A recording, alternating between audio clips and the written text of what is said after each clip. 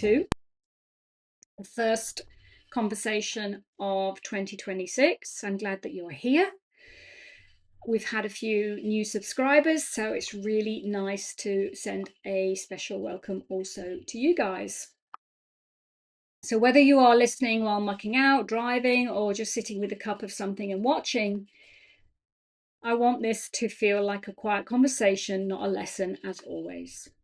I'm so happy that you're all here, and welcome to you all that have joined recently. So due to that, I'm just going to give you a little bit of an introduction. My name is Rachel Winchaser. I am an author and horsewoman of a lifetime. And I base my whole coaching program now on the nature of the horse, the nature of the human, and how those two can interact and be collaborative, celebrating the differences as well as enjoying the similarities. And once you understand that, so many things seem to fall into place. And this week, and it's a new series that I am working on within this group, and it's exclusive to this group, and that is problems that don't need fixing but need understanding. And quite a lot of that comes down to understanding and appreciating the nature of the horse and of ourselves in this collaborative dialogue that we have with them. We have been talking about pinned ears and the angry faces, and keeping this within that idea of problems to understand rather than jumping straight to fix, which is a very human reaction when things don't go according to plan. Because what shows up with our horses is rarely really about the pinned ears or the face or the swish of the tail. It is about the moment before things tip, and how easy it is to miss when we are already inside the situation, already involved, already committed, already trying within the ask that we are proposing. Most of us notice behaviour when it becomes obvious, when the ears go back, when that face changes, when the body tightens, or the movement suddenly becomes sharp. And that is usually the moment we talk about, the most obvious. But by then, something has already been building. Escalation rarely starts when we think it does. It does not arrive loudly. It arrives quietly and even politely, because our horses are not looking for confrontation. They are looking for understanding, and they are looking to understand.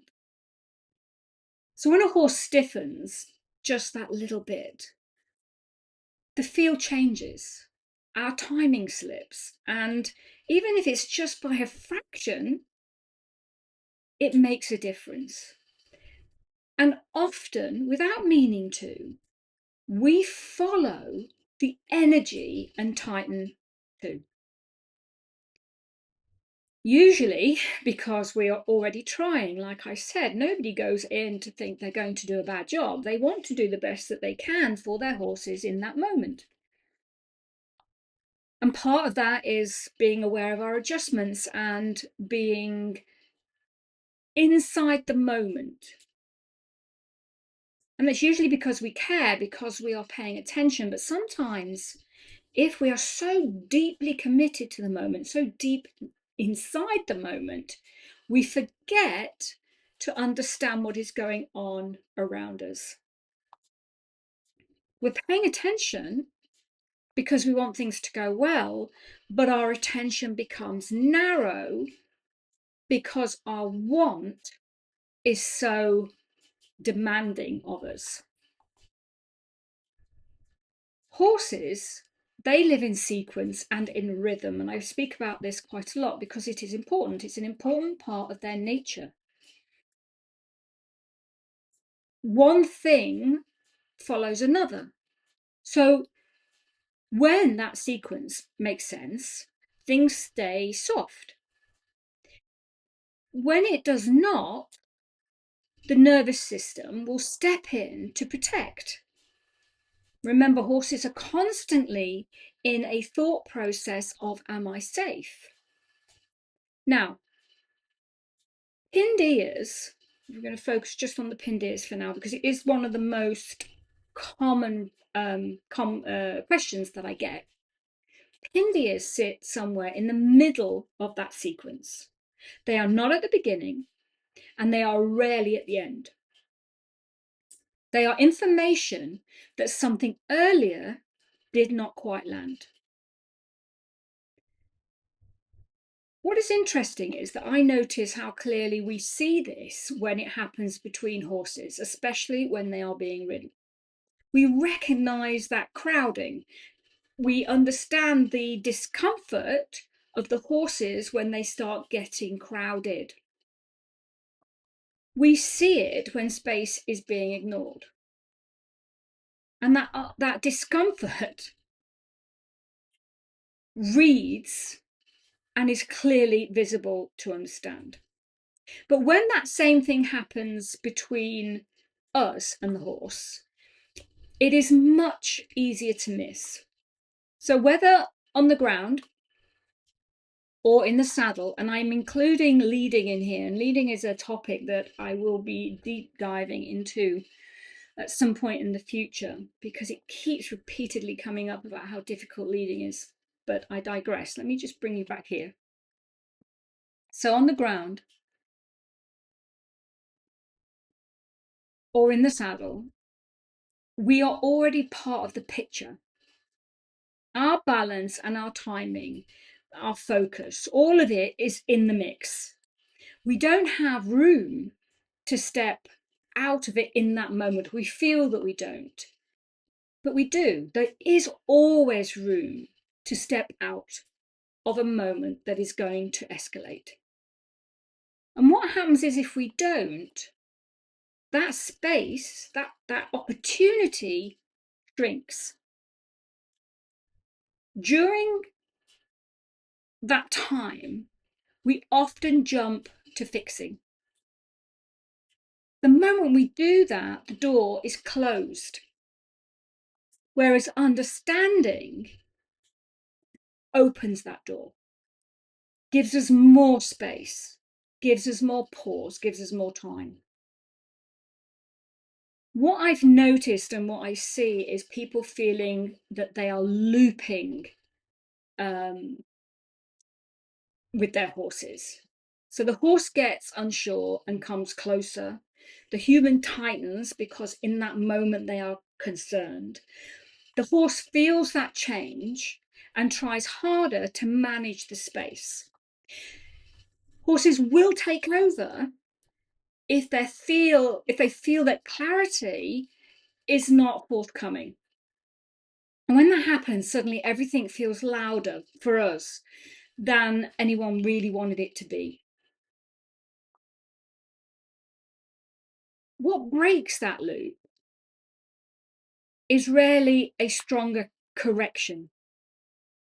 More often it is a pause, not a dramatic pause, but something that allows you to breathe, allows you to understand that moment that you're in. It could be just standing there for a little bit longer than you normally would. And yes, sometimes that feels uncomfortable. You feel like you should be doing something all the time. But choosing not to ask again straight away is powerful. Letting your own body soften before doing anything else is powerful. That pause is not passive. It is an active choice. It's an active choice to slow down, to understand the moment before the horse has to be loud, has to speak more clearly. And remember always that doing nothing is not nothing. Like I say, it is an active choice. The tipping point is usually not a big mistake. It is a request that comes slightly out of time or slightly out of position or just a little too early for the horse to understand. Horses respond to timing and intention, and they rarely separate the two. Good intention with poor timing will produce a wrong answer.